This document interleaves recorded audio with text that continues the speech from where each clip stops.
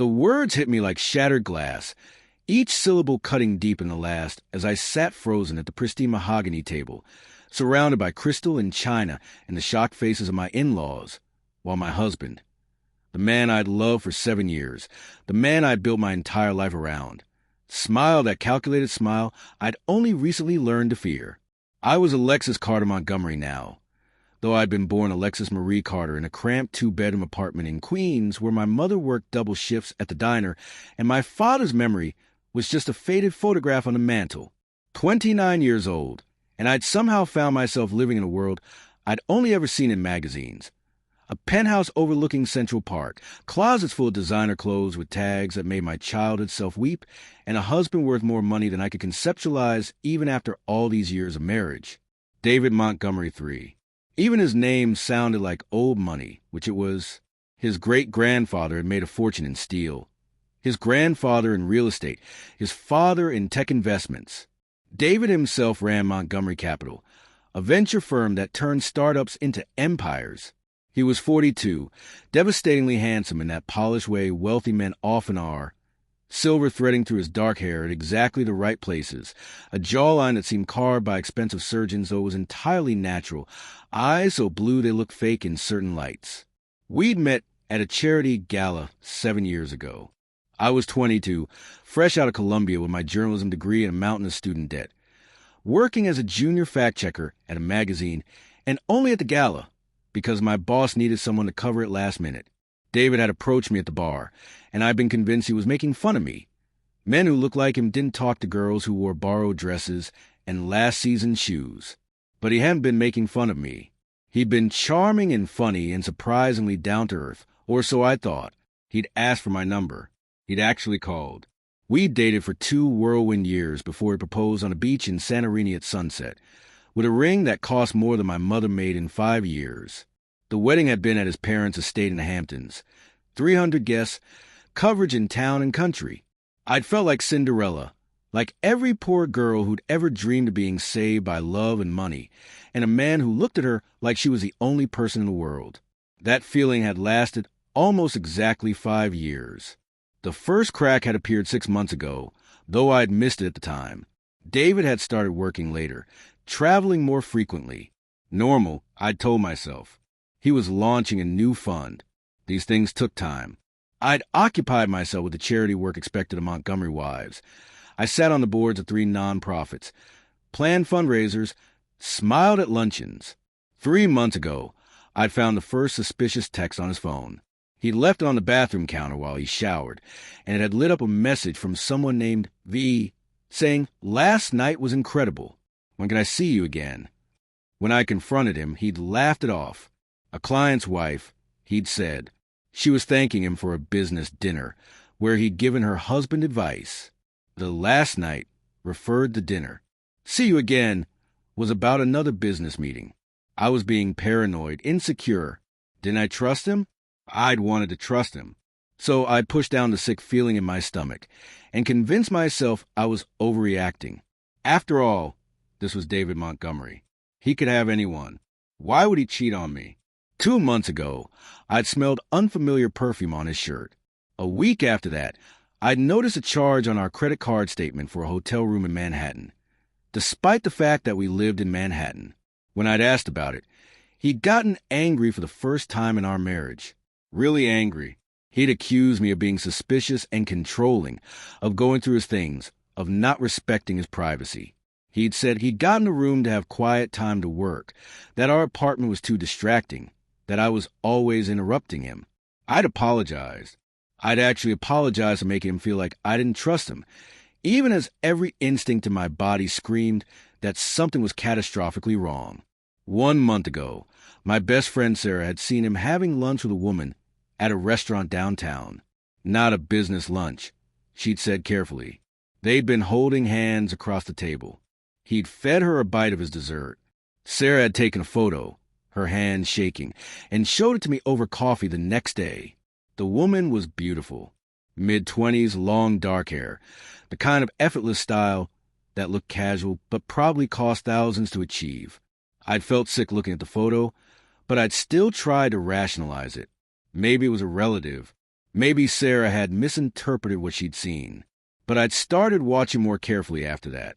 I'd noticed how often David smiled at his phone, how he'd started password protecting everything, how he'd suddenly needed to work every Saturday morning, coming home smelling like expensive wine and women's shampoo.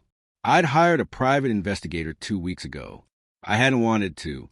It felt like a betrayal, like an admission that my marriage was over, but I needed to know the truth. The investigator's report had arrived yesterday. 16 pages of documentation, photographs, timeline. David wasn't having an affair. He was having affairs, plural.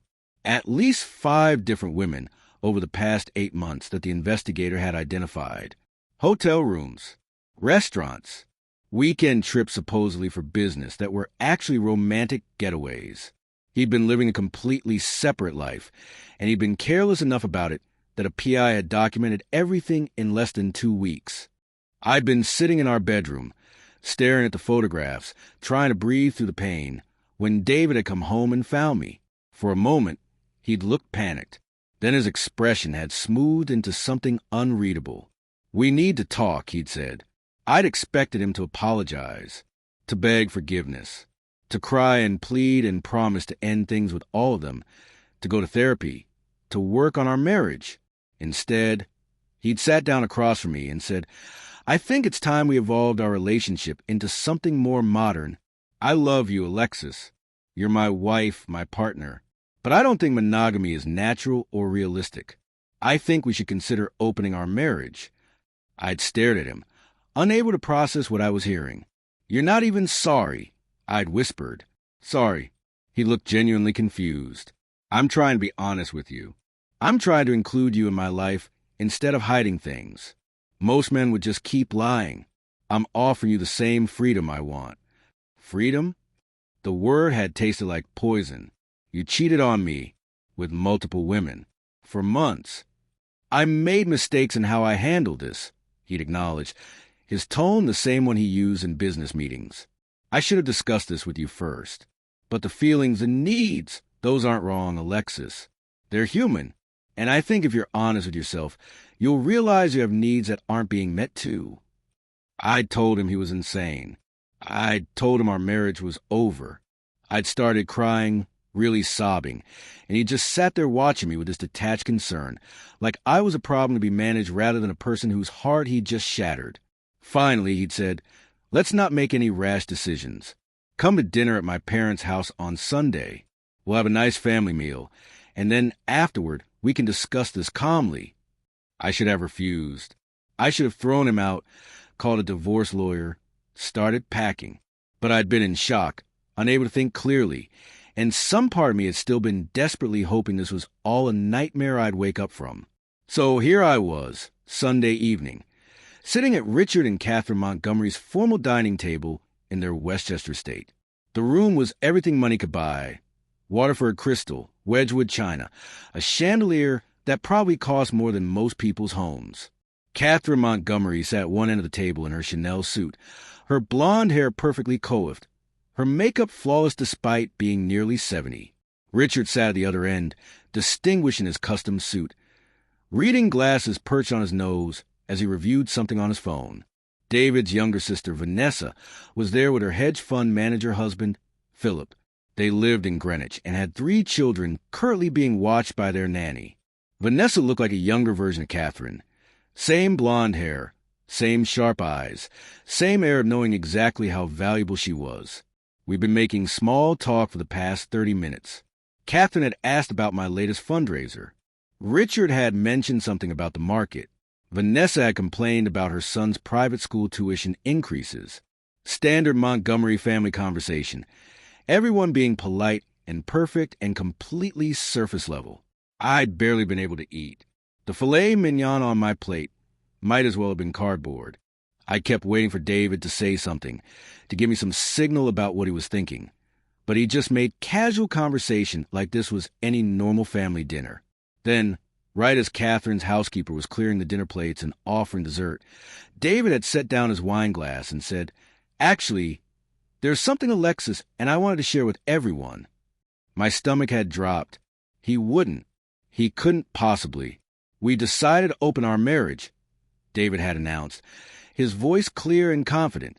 We're exploring a more modern approach to our relationship, one that acknowledges that human beings aren't naturally monogamous and that there are healthy ways to incorporate multiple relationships into a committed partnership.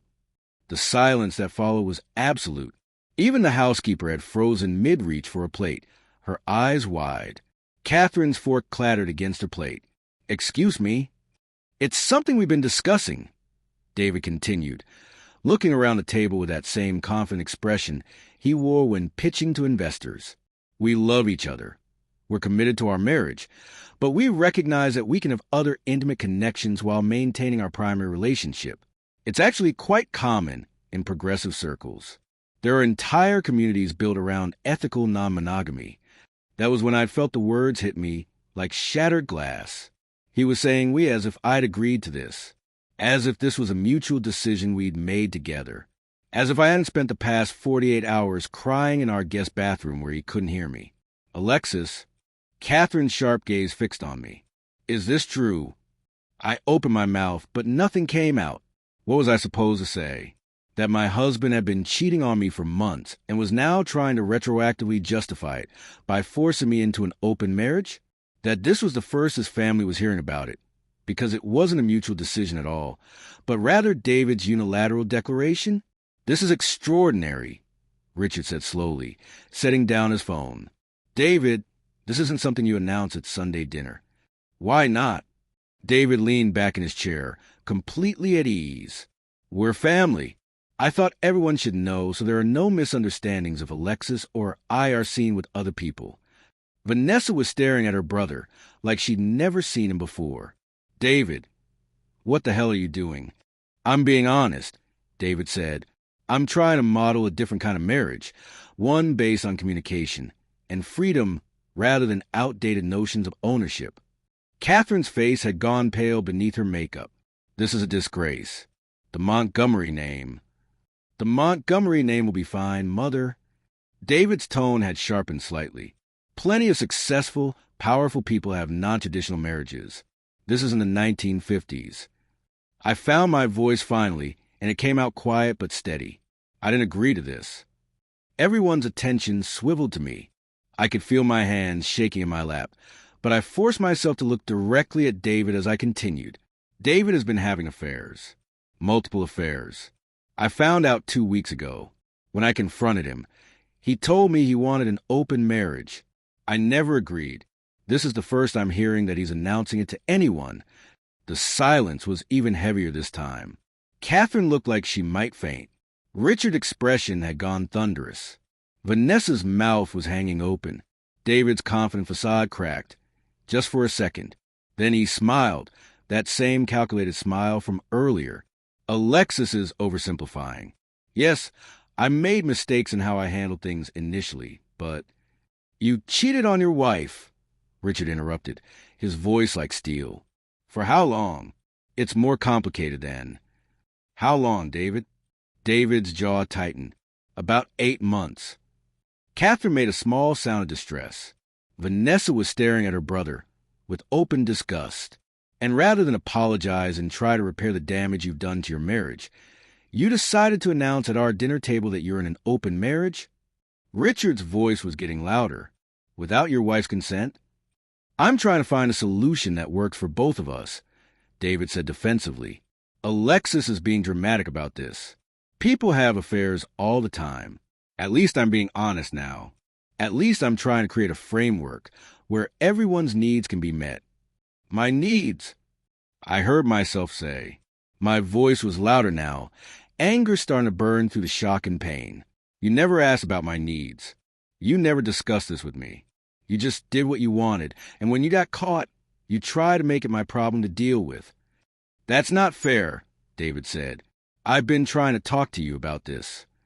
You told me 2 days ago, after 8 months of lying to my face. I was standing now, though I didn't remember getting up. You came home to find me looking at pictures of you with other women, and instead of apologizing, you told me monogamy is unnatural. You didn't discuss anything with me. You made a decision and expected me to just accept it. Alexis, please sit down. You're being hysterical." Don't you dare. My voice came out low and dangerous. Don't you dare tell me I'm being hysterical when you've been destroying our marriage for months and then decided to humiliate me in front of your family.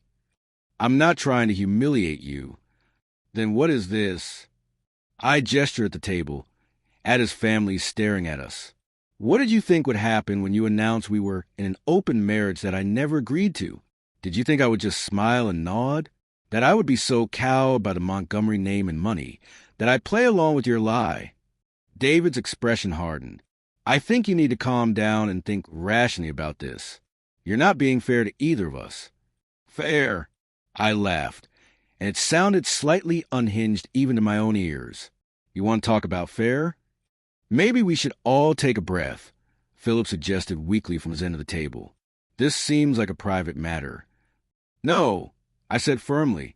David made it a public matter when he announced it to everyone. So let's be public about it. Let's talk about how he's been sleeping with at least 5 different women. Let's talk about the hotel rooms, the weekend trips, the charges on our credit card for jewelry I never received.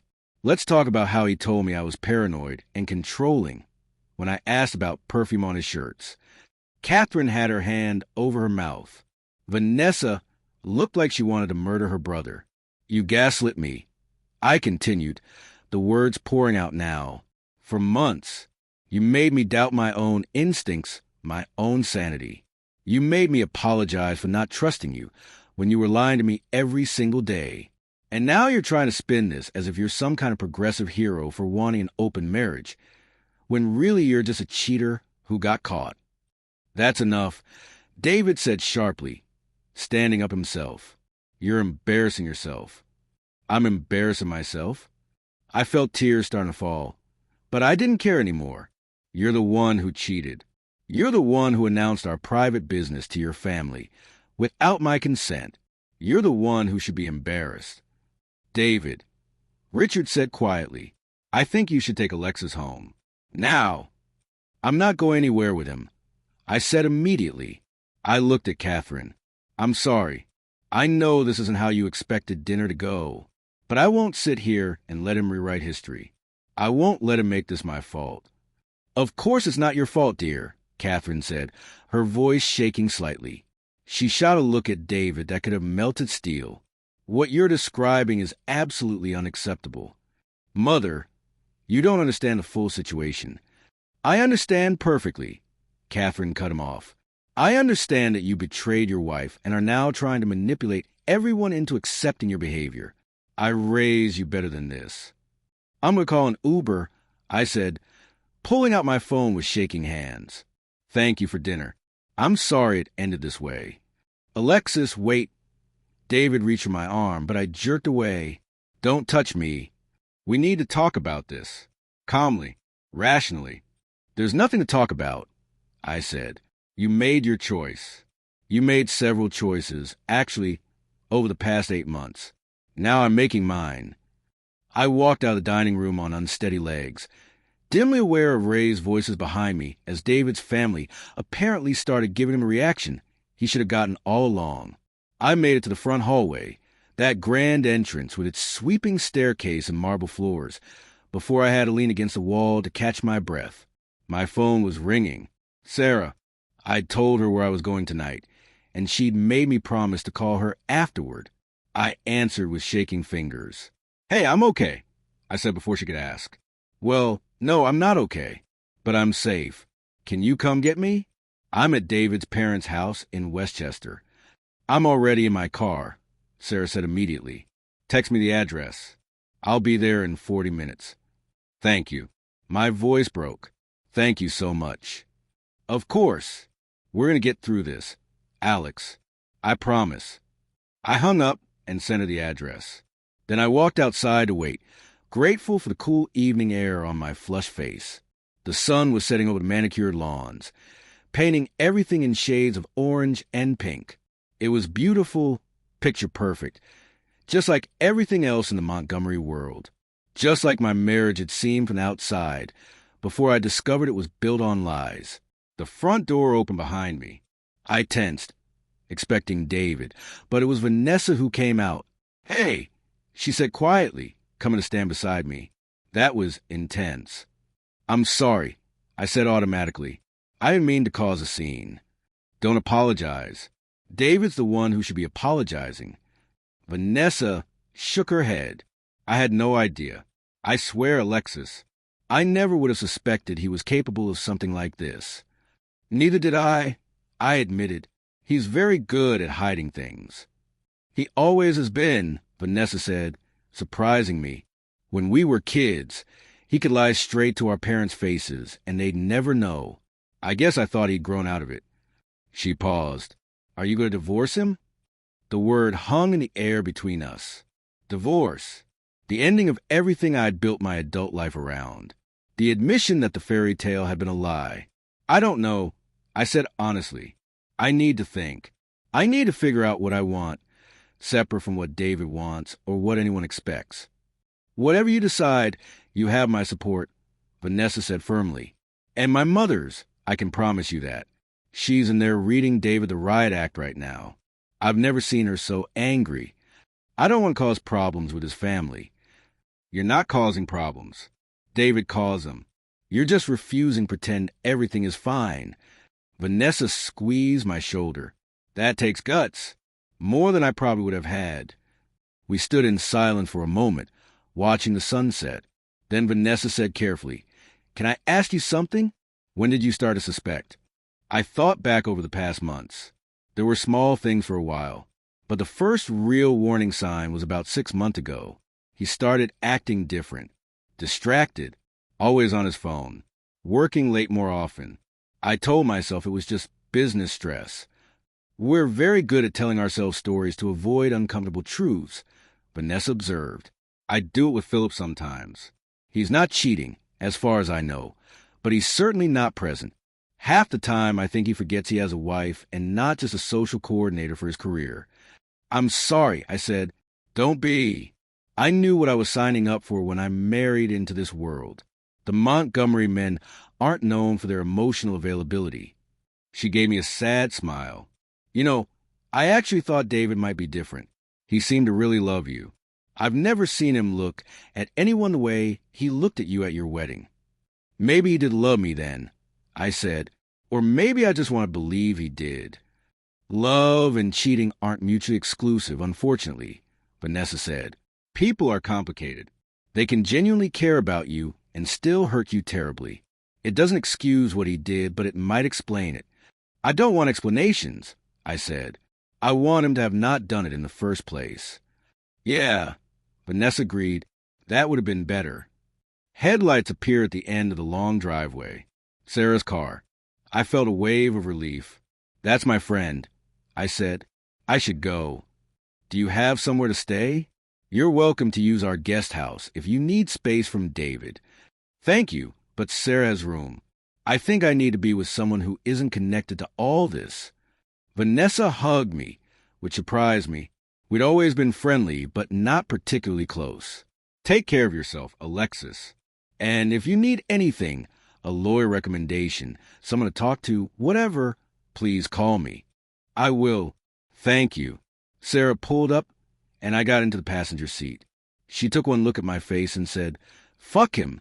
He announced at the dinner table that we're in an open marriage. I said numbly, in front of his parents and sister, just to clear it like it was a done deal, like I'd agreed. Oh my God. Sarah pulled away from the house, her knuckles white on the steering wheel. What did you do? I told everyone the truth, that he'd been cheating for months and I'd never agreed to anything. It was bad. His mom looked like she wanted to disown him. Good. He deserves that and worse. Sarah glanced at me.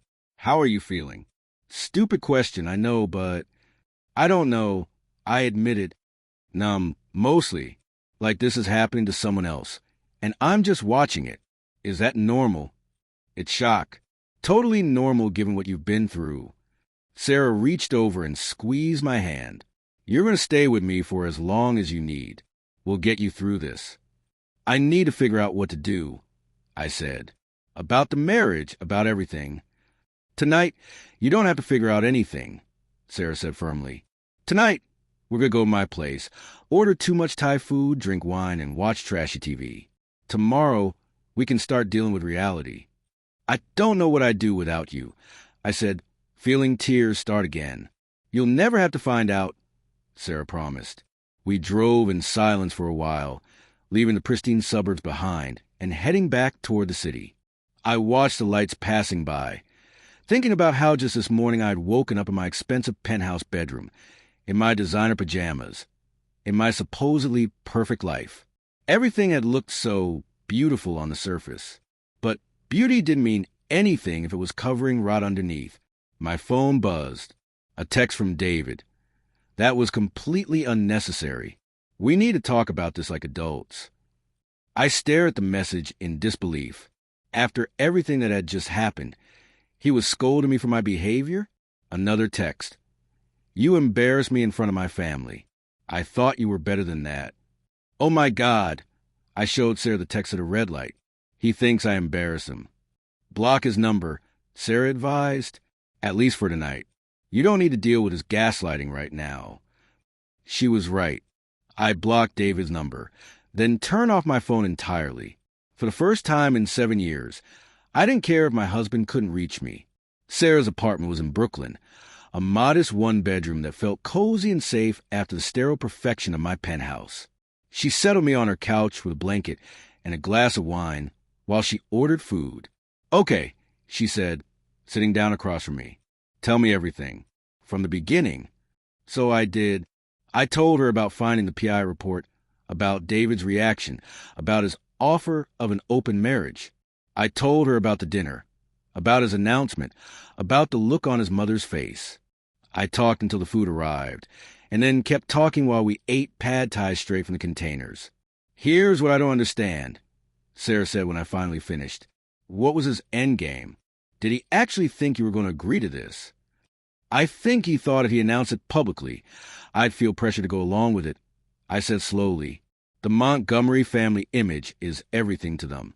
I think he was betting that I'd prioritize avoiding scandal over standing up for myself. He bet wrong. Yeah. I took a sip of wine. But now I have to figure out what comes next. Do I file for divorce? Do I try to work things out? Do I actually agree to the open marriage just to stay in the life I've built? You can't seriously be considering that last option, Sarah said. No, I admitted, but I can understand why some people would.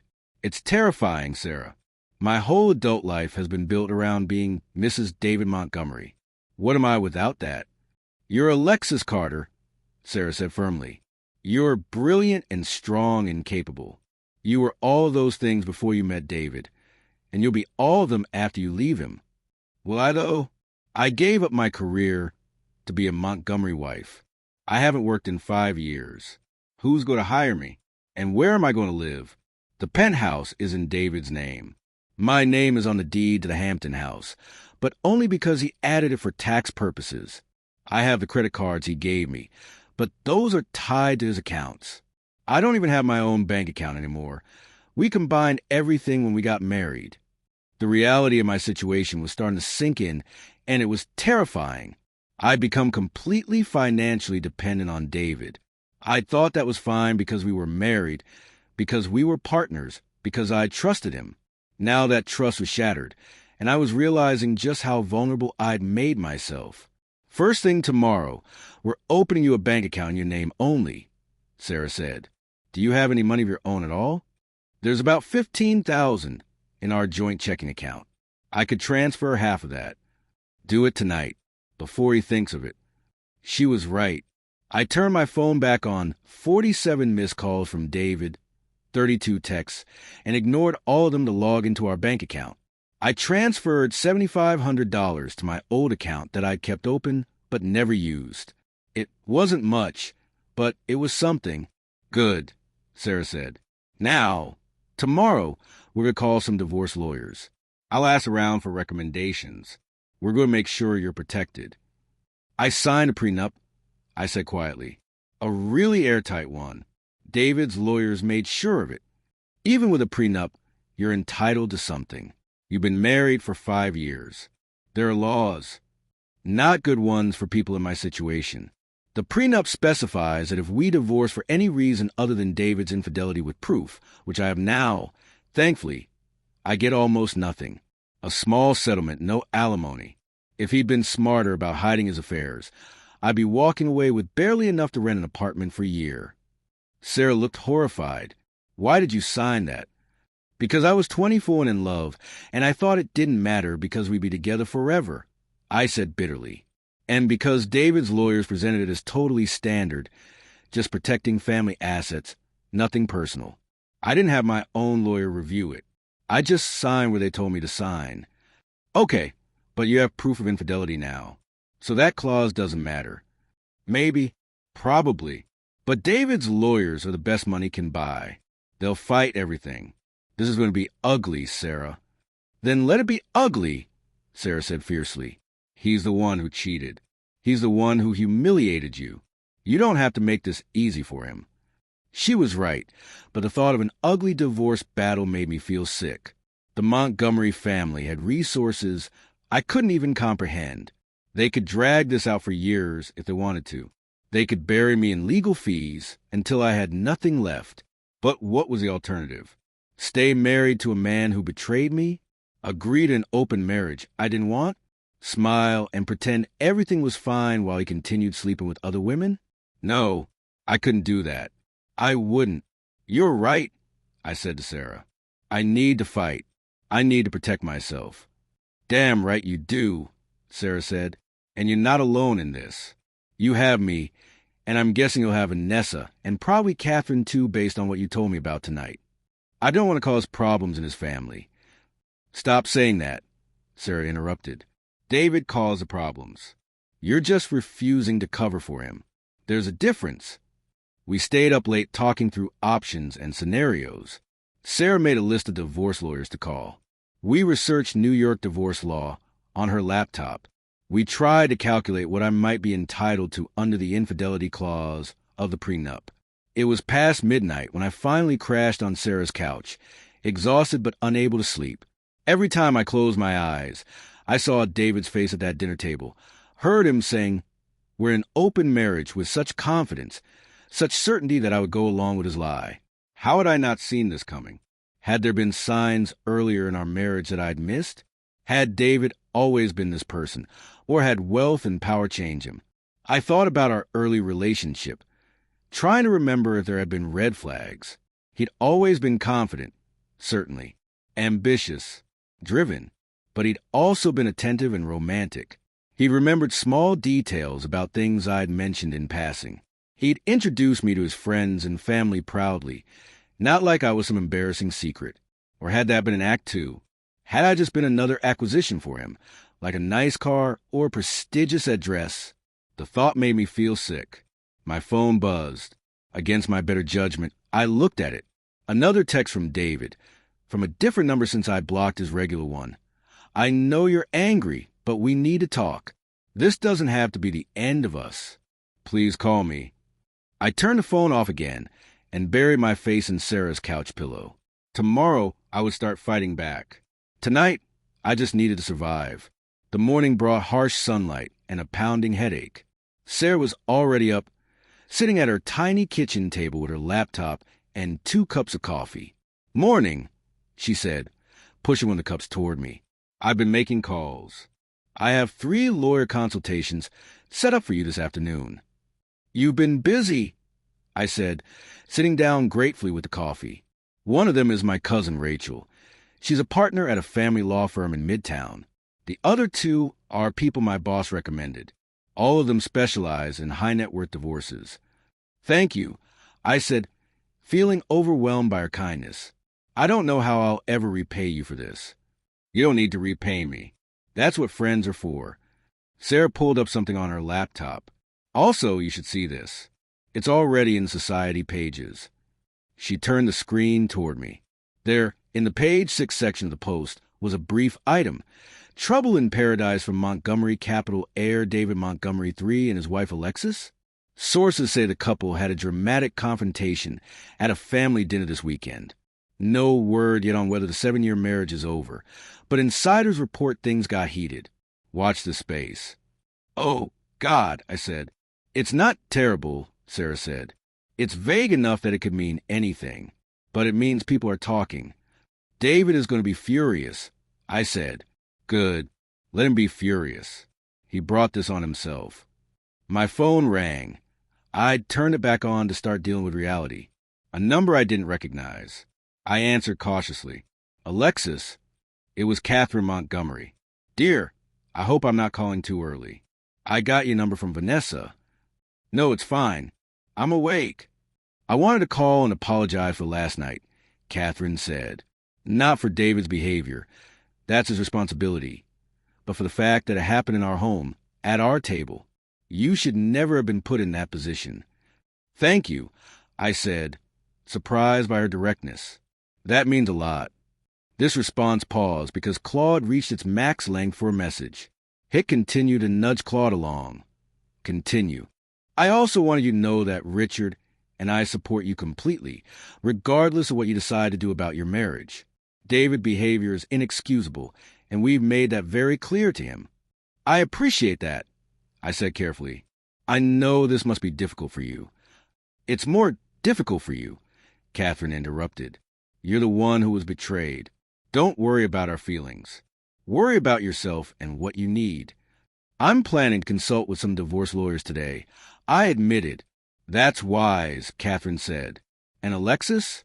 The prenuptial agreement you signed. I want you to know that I argued against several of those clauses. I thought they were too harsh, too one-sided. Richard overruled me. He said it was standard for our family. I want you to know that I'm sorry for that now. I'm the one who signed it, I said. You were 24 years old and in love with my son. You trusted him, and you trusted us. We should have been more fair. Catherine paused. If this does go to divorce, and if you need character witnesses or anything else, please know that you can call on me. I felt tears starting again. Thank you. Really, that means more than you know. David made his choices. Now, he has to live with the consequences. Take care of yourself, dear. After she hung up, I sat staring at my phone in amazement. I'd expected the Montgomery family to close ranks, to protect their own. Instead, Catherine was offering to testify on my behalf in a divorce. What was that? Sarah asked. Catherine Montgomery basically just said she'd testify against her own son if I need her to, I said. I don't understand. Don't wealthy families usually protect each other? They do when the person being protected hasn't completely humiliated them in front of everyone, Sarah pointed out. David didn't just betray you. He made his whole family look bad. The Montgomerys care a lot about their reputation. He damaged that. She was probably right. Still, it felt good to know I wasn't completely alone in this. My phone buzzed again. A text from Vanessa. Just FYI, David is apparently telling people his version of events. Wanted to warn you. I called her back immediately. What is he saying? The basic line is that you two have been growing apart for a while. He tried to discuss opening the marriage, and you overreacted and made a scene at dinner to embarrass him, Vanessa said. He's painting himself as the reasonable one who was trying to have an adult conversation, and you as the hysterical wife who couldn't handle reality. Of course he is, I said bitterly. Most people aren't buying it, Vanessa said quickly. At least not people who know you. But I wanted you to be prepared in case people start asking you about it. Thank you for warning me. Also, Vanessa continued, I had drinks with some friends last night, and I may have mentioned that David's been cheating on you with multiple women for months. So that information is circulating too. Just so you know. Vanessa, what? It's the truth. And if he's going to spin his version of events, you deserve to have the actual facts out there too. I had to smile despite everything. Thank you. Anytime. Let me know if you need anything else. I mean it, Alexis. Anything.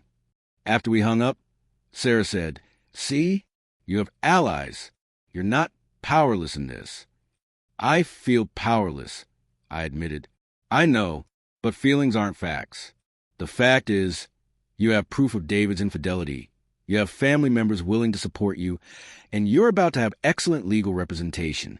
You're in a much better position than a lot of women in your situation. She was right, but it still felt overwhelming. 7 years of my life were about to unravel, and I had no idea what would be left when it was over. The lawyer consultations that afternoon were illuminating. If depressing, all three lawyers said essentially the same thing. I had a strong case of divorce based on David's infidelity. The prenup's infidelity clause meant I was entitled to a much larger settlement than I would have been otherwise. However, David's lawyers would absolutely fight this. They'd try to argue that the evidence was insufficient, that the prenup language was ambiguous. Anything to reduce what I'd receive. Rachel, Sarah's cousin, was the most straightforward. You're looking at probably 2 years of litigation minimum, she said.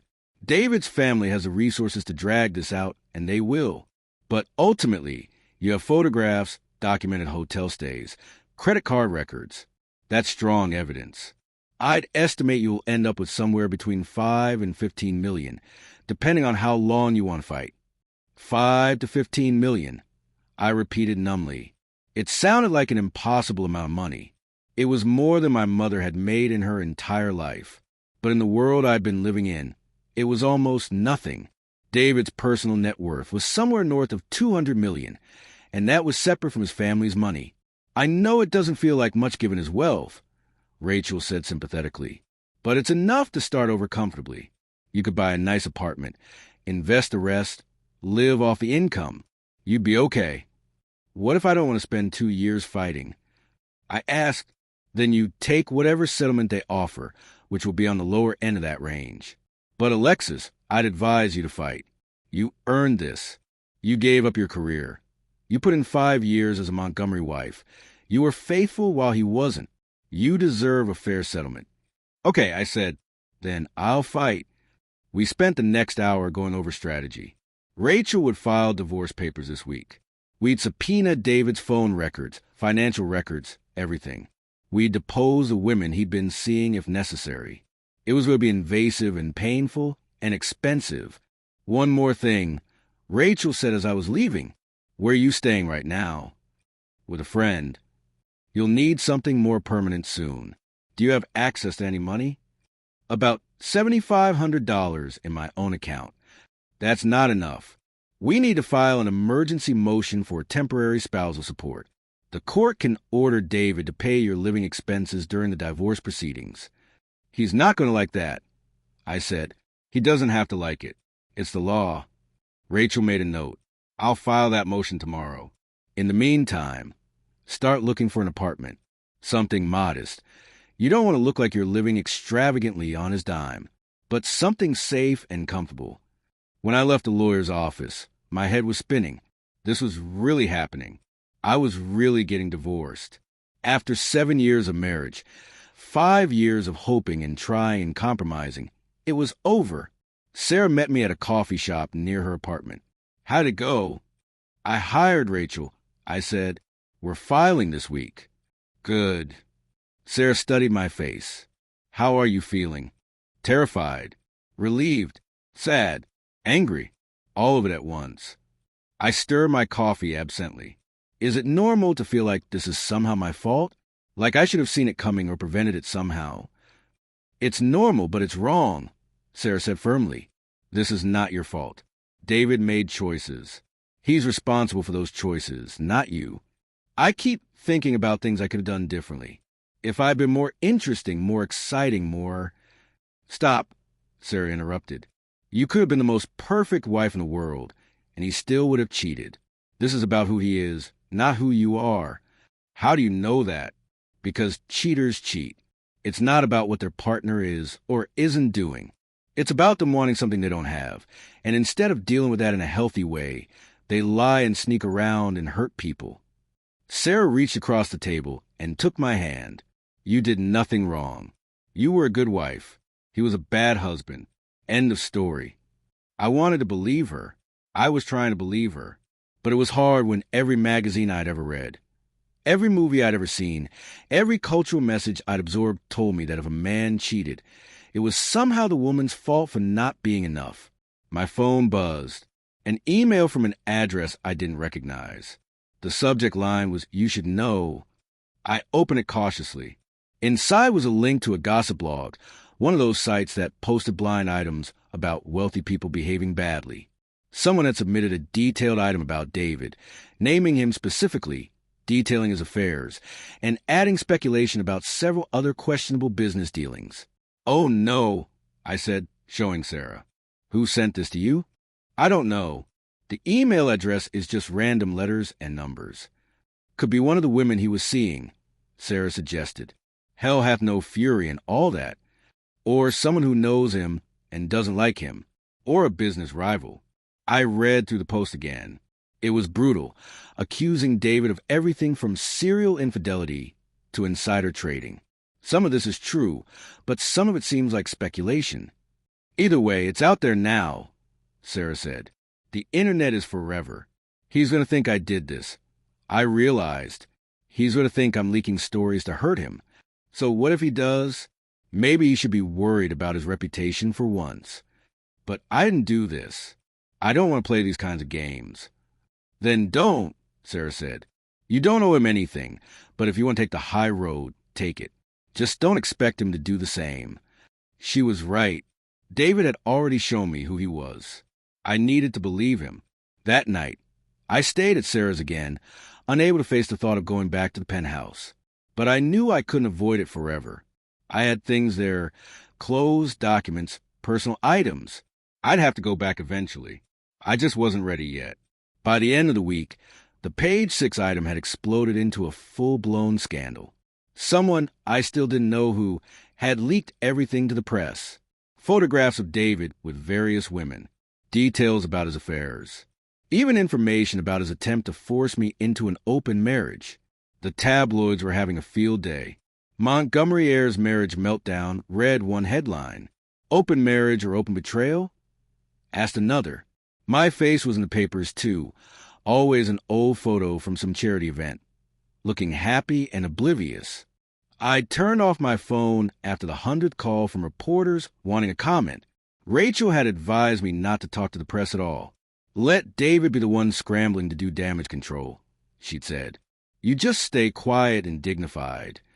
Staying quiet was easier said than done.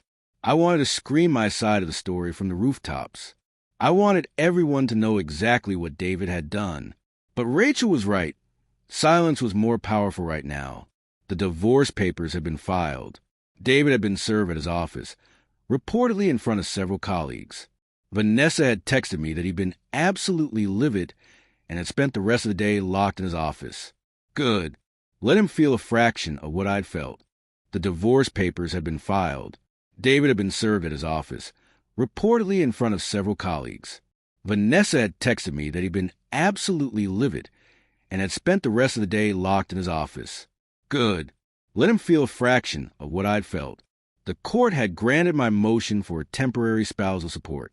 David would have to pay me $25,000 a month during the divorce proceedings. It felt surreal, being paid by my husband to leave him. But it also meant I could afford my own apartment now. Sarah and I had spent the past few days apartment hunting. I needed something cheaper than what I was used to. I couldn't afford a penthouse on $25,000 a month in Manhattan, even if I had wanted one. But I also needed something that felt safe and separate from my life with David.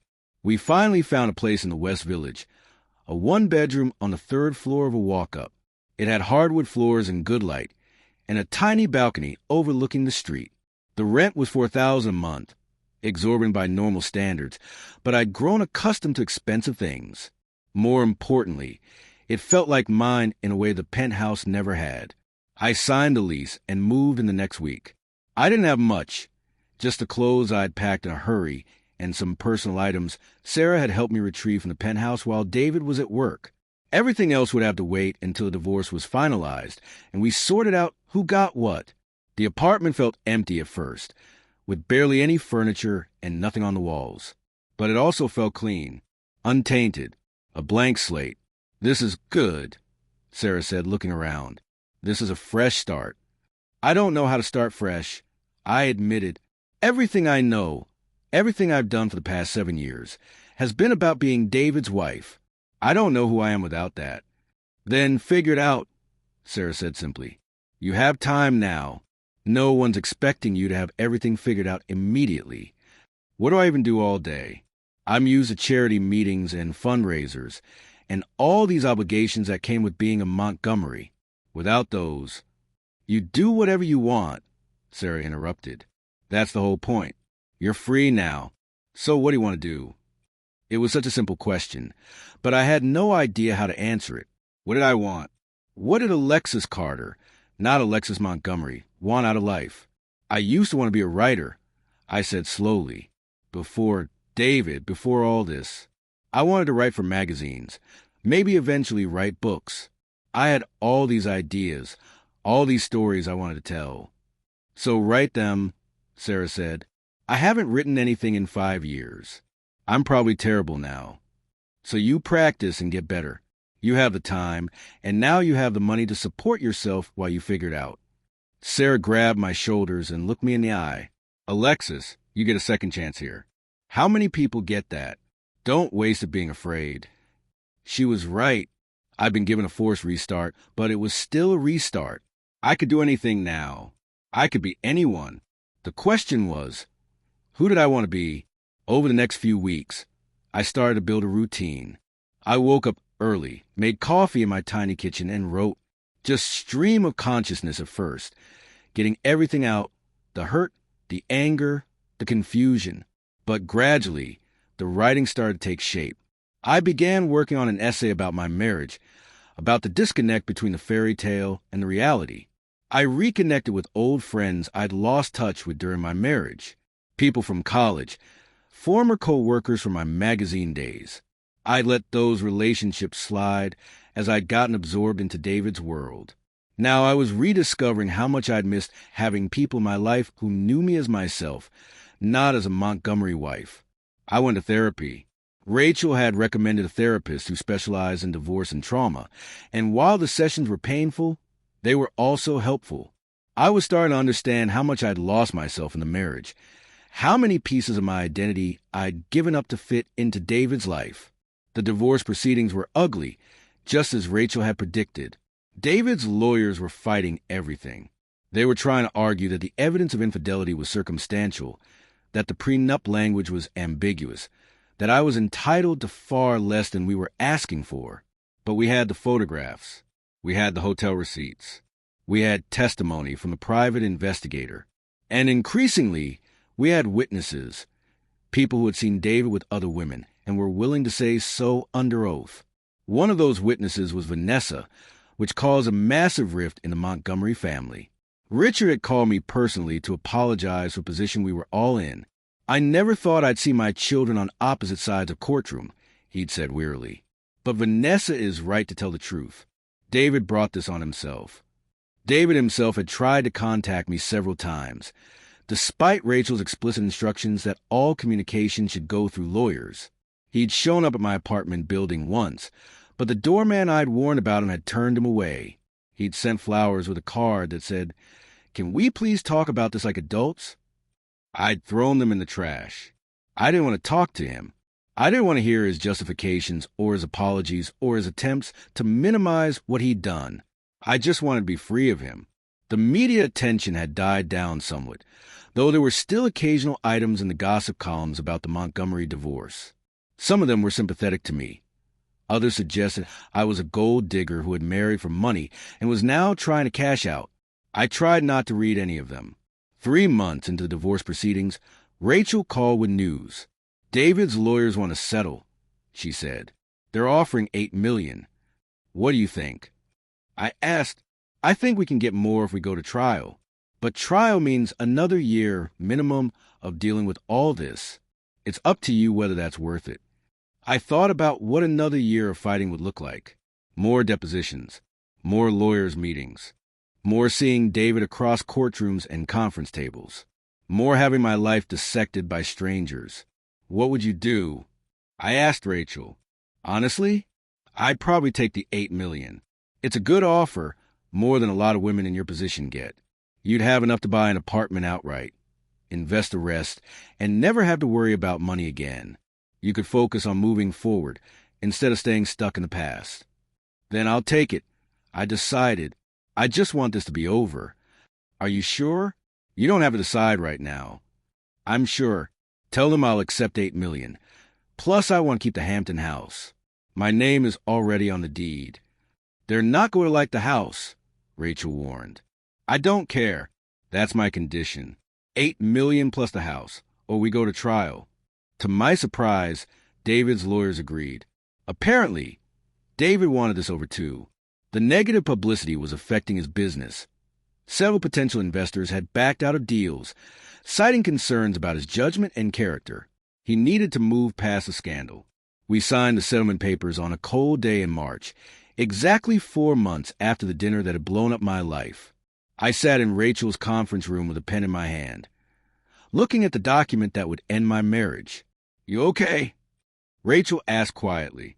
"I don't know." I admitted. This should feel triumphant, right? I'm getting out. I'm getting a fair settlement. But mostly I just feel sad. That's normal. You're grieving, even though you're the one who wanted the divorce. "I'm grieving who I thought he was," I said. "The David I fell in love with 7 years ago. That person doesn't exist, maybe never existed, but I still mourn him." "That's healthy," Rachel said. "It means you're processing everything instead of just being angry." I signed the papers. Then I handed them back to Rachel and walked out of her office, a single woman for the first time in 5 years. Sarah was waiting for me outside with champagne. "How do you feel?" she asked. "Free," I said, and realized it was true. Despite the sadness, despite the grief, there was also an overwhelming sense of relief. I wasn't trapped anymore. I wasn't living a lie. I was free to figure out who I really was. We went back to my apartment and drank the champagne on my tiny balcony, watching the city go by below us. "What are you going to do now?" Sarah asked. "I'm going to finish writing my essay," I said, "and then I'm going to submit it to magazines and see if anyone wants to publish it." "It's good." "I think so. It's honest, anyway." The essay had evolved over the past few months into something I was actually proud of, a raw, unflinching look at my marriage and its dissolution.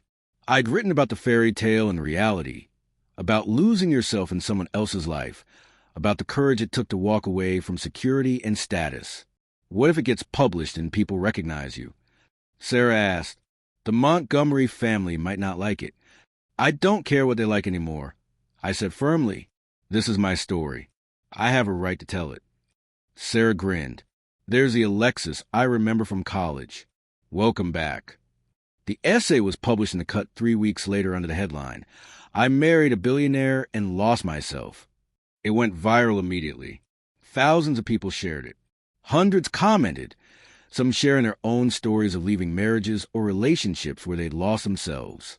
A few were critical, calling me a gold digger or saying I was airing dirty laundry for attention. But most were supportive, even encouraging. A literary agent reached out to me. "Have you ever thought about writing a book?" she asked. "Because I think there's a book here. A memoir about your experience, about navigating wealth and status, about rebuilding yourself after marriage ends." I hadn't thought about writing a book, but now that she'd said it, I couldn't stop thinking about it. "Yes," I told her, "I want to write a book." David was reportedly furious about the essay. Vanessa texted me that he'd called her screaming about it, accusing me of trying to destroy his reputation. But he couldn't do anything. Everything in the essay was true, and I'd been careful not to include anything that would violate the confidentiality clause in our settlement agreement. More importantly, I didn't care if he was angry. His feelings were no longer my problem. I spent the rest of the spring working on the book proposal. My agent loved it and started shopping it to publishers. Meanwhile, I was getting offers to speak at events about divorce, about financial independence, about finding yourself after losing yourself in a relationship. It was strange, being suddenly semi-public. But it also felt purposeful in a way my life as a Montgomery wife never had. I wasn't just showing up at charity events anymore. I was actively helping people by sharing my story. The Hampton house sold in May. I'd realized I'd want it. It was too tied up with memories of my marriage, too much a symbol of a life I was moving away from. I put it on the market, and it sold within a week for just under $6 million. Combined with the settlement money, I now had more money than I'd ever imagined having. But I also had something more valuable, my sense of self. I moved to a bigger apartment in the West Village, one with 2 bedrooms, so I could have an office for writing. I bought furniture I actually liked, not just expensive designer pieces that look good in magazine spreads. I hung art on the walls that meant something to me. I made the space mine. My mother came to visit in June, flying in from Florida where she retired a few years earlier. She stood in my new apartment looking around in amazement. "You did okay for yourself, baby," she said. "I did," I agreed, "but not in the way I thought I would." "Better," she said firmly. "You did it yourself this time. That man didn't give you this. You earned it by being brave enough to leave when things were bad." We had dinner that night at a little Italian place in my neighborhood. Just the two of us, talking and laughing in a way we hadn't been able to do when I was married. Back then, I'd always been trying to prove something to her, to show her that I'd made it, that my life was perfect. Now I could just be honest. "I'm proud of you," she said as we were leaving, "not because you married well or because you got a good settlement. I'm proud because you remembered who you are. That's harder than it sounds." She was right. It had been hard. It was still hard some days. There were moments when I missed the security of being married, the simplicity of having my life mapped out. There were moments when I questioned whether I'd done the right thing. But those moments were getting fewer and further apart. The book sold in July to a major publisher for 6 figures. My agent called me screaming with excitement. "They want it fast," she said. "They want to publish it next spring while you're still in the public consciousness." I spent the rest of the summer writing. It was hard work, harder than anything I'd done before. Reliving the marriage, the betrayal, the divorce. It was painful, but it was also cathartic. Every word I wrote felt like another step forward, another piece of healing. Sarah read the first draft in September and cried. "It's so honest," she said. "So raw. People are going to love this." "Or hate it," I said. "David's going to hate it." "Fuck David," Sarah said cheerfully. "This isn't for him. This is for you, and for everyone who's ever felt trapped in a relationship they couldn't leave." I submitted the manuscript to my editor in October. She loved it, but she also had notes, places where I needed to dig deeper, moments where I was holding back. I did another revision, then another. With each draft, the book got stronger, more honest, more real. By December, almost exactly a year after the dinner that had changed everything, the book was done. Unbecoming, How I Lost and Found Myself in the Billionaire's World will be published in March. I celebrated by having a small dinner party in my apartment. Sarah, my mother, Vanessa, and a few other friends. We ate too much food and drank too much wine and laughed until my face hurt. "To new beginnings," Sarah toasted. "To finding yourself," my mother added. "To being brave enough to leave," Vanessa said, and we all drank to that. After everyone left, I stood on my balcony looking out at the city. Somewhere out there, David was probably at some fancy restaurant or exclusive club, living the life he'd always lived. The scandal had faded. His business was recovering. He'd already been seen with a new girlfriend, some model 20 years younger than him. I didn't envy him. I didn't miss him. I didn't even hate him anymore. I just felt grateful that his betrayal had forced me to find myself again. Grateful that I'd had the courage to leave. Grateful for the second chance at life. My phone rang, a number I didn't recognize. I almost didn't answer, but something made me pick up. "Alexis?" The voice was unfamiliar. "This is Jennifer Richards. I'm a producer at 60 Minutes. We'd like to interview you about your book." I laughed. Really? Your story is resonating with a lot of people. We think it's important. Would you be interested?" I looked out at the city, at all the lights and possibilities. A year ago, I'd been sitting at a dinner table watching my perfect life implode. Now I was standing in my own apartment with my own career, being asked to tell my story on national television. "Yes," I said, "I'm interested." The book launch in March was more successful than anyone had predicted. It hit the New York Times bestseller list in its first week. The 60 Minutes interview aired to huge ratings. I was invited to speak at conferences, to write articles, to appear on podcasts. Suddenly, I was Alexis Carter again, but a version of myself I'd never been before. Not the struggling journalist from Queens, not the trophy wife from the Upper East Side. Just me, honest and flawed, and figuring things out as I went. David's lawyer sent a cease and desist letter, claiming the book violated our confidentiality agreement. My lawyer sent back a detailed response explaining exactly why it didn't. I've been scrupulously careful to only include information that was either public record or so vague it couldn't be considered identifying. The letter went away. I ran into David himself at a charity event in April. I hadn't wanted to go.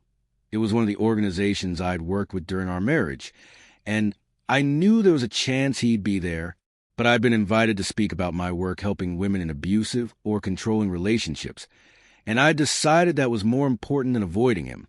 He was standing by the bar when I arrived, talking to some people I vaguely recognized. He looked older, I thought, more tired around the eyes.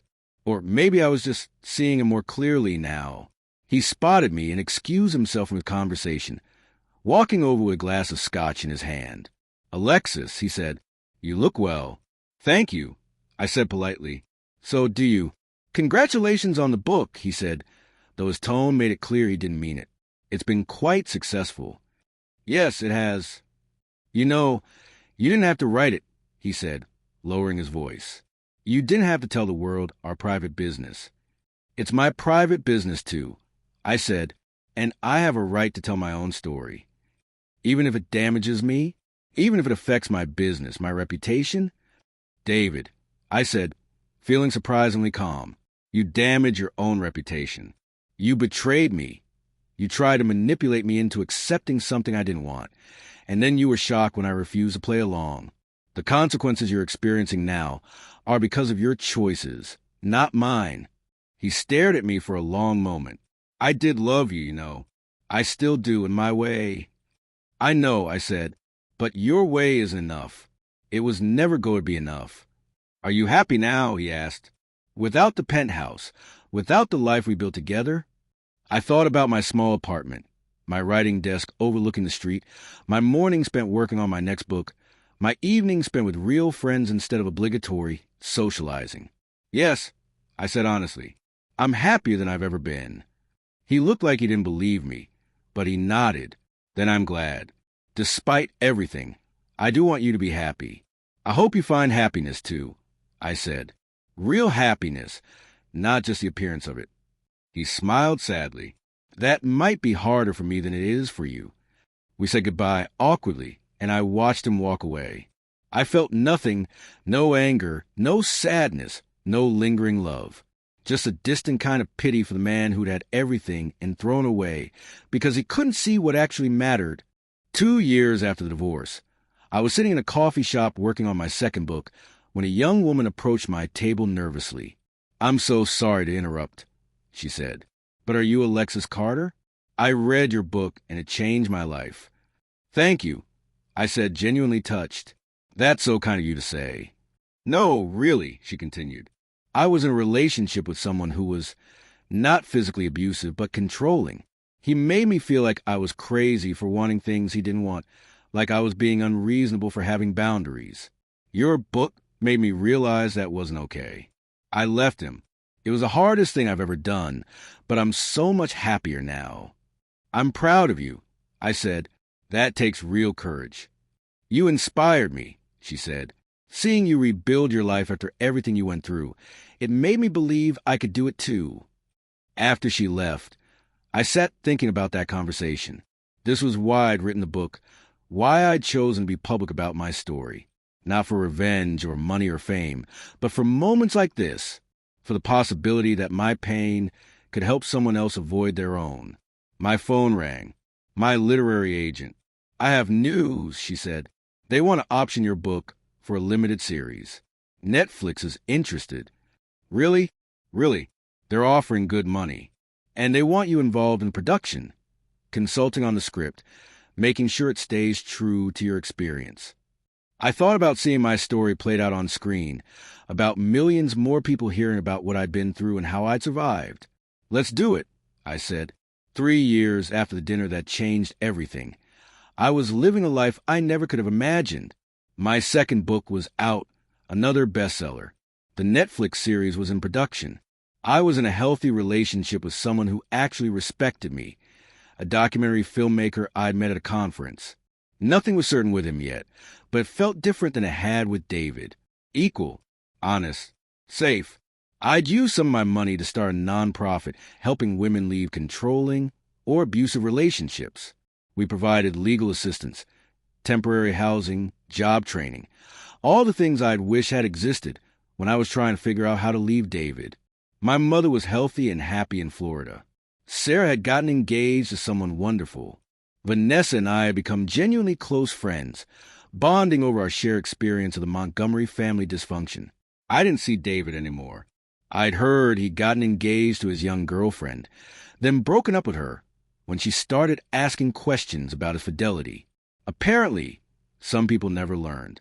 I thought about him sometimes, but not with anger or regret, just with a kind of distant curiosity about who he'd become, mixed with gratitude that I'd gotten out when I did. On the 3-year anniversary of that dinner, I took myself out to dinner at a nice restaurant. I ordered an expensive bottle of wine, and the best thing on the menu. I toasted myself silently for surviving and for having the courage to rebuild. My phone buzzed with a text from Sarah. 3 years ago tonight, you walked out of that house and started taking your life back. I'm so proud of you. I smiled and texted back, me too, because I was proud of the scared, hurt woman who'd stood up at that dinner table and refused to accept her husband's lies. Proud of the person I'd become in the years since.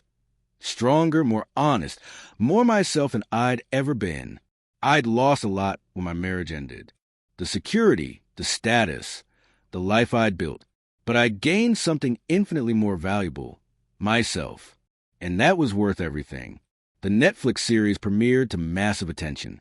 People magazine ran a cover story. How Alexis Carter turned her painful divorce into an empire. The article detailed my nonprofit work, my books, my new relationship. It was surreal, seeing my life laid out like that. More surreal was watching actors play out moments from my marriage on screen. They'd changed names and some details, but anyone who knew the real story would recognize it. The dinner scene was particularly hard to watch. Seeing an actress sit at that table, hearing those words, "We're in an open marriage," watching her face crumple. This response paused because Claude reached its max length for a message. Hit continued to nudge Claude along. Continue.